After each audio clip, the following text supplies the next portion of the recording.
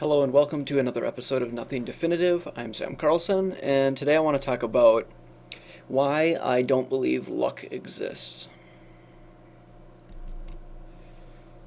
Alrighty.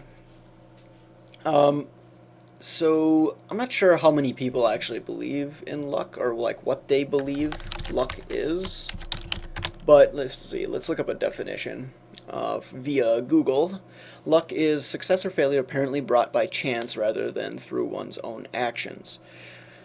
Um, okay, so that's interesting. That's I think that's a kind of a rational way to look at luck. I feel like a lot of people look at luck as kind of like magic or something.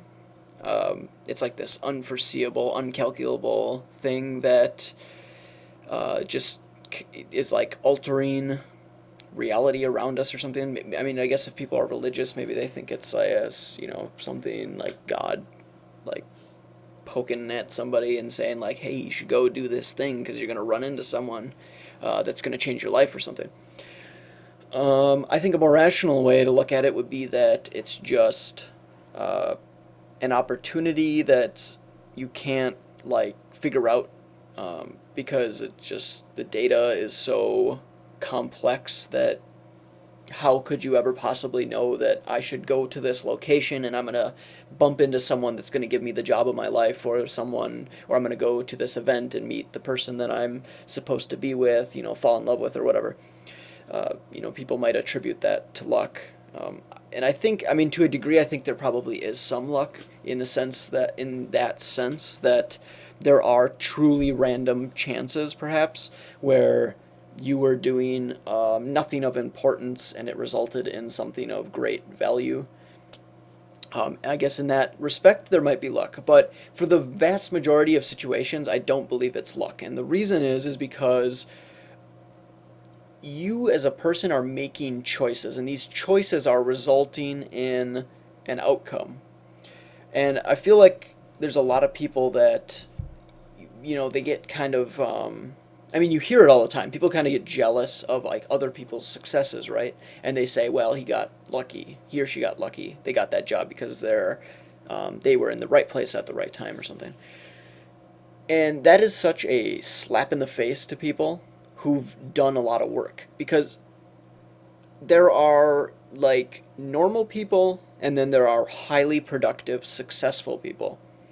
And the highly productive, successful people often get pegged as like getting lucky. That's why they made all their money, or they got this super awesome job, or they met the perfect person or something. And these highly successful people would probably tell you a totally different story. They would sit down and go, "It wasn't luck. I worked my ass off. I did." When you quit working at 5 p.m., say, and you went home and you said, and you justified to yourself, "Well, I worked all day, so now it's time to relax, have a beer, watch some TV, play some video games, whatever." You justified that as a legitimate thing to do. Now you look at the highly productive person, they tell you, when 5 o'clock came around, I wasn't done working. I don't remember the last time I stopped working at 5. I kept working. I didn't go home. I stayed at the office. Or I did go home, but guess what? I wasn't not working. I didn't go home and watch TV. I didn't go play video games. I was doing stuff for years. It's not luck that got me this job. It was day after day after day of doing something that I cared about and working really diligently, working really, really hard. And you may look at it as like, um, say I went to a conference and met someone who got me a really, really good job, and it resulted in um, uh, money. Like I made a lot of, had a really good salary or made a lot of money because of it. People might say, well, that was just lucky. You just bumped into that person at that conference. Well, guess what?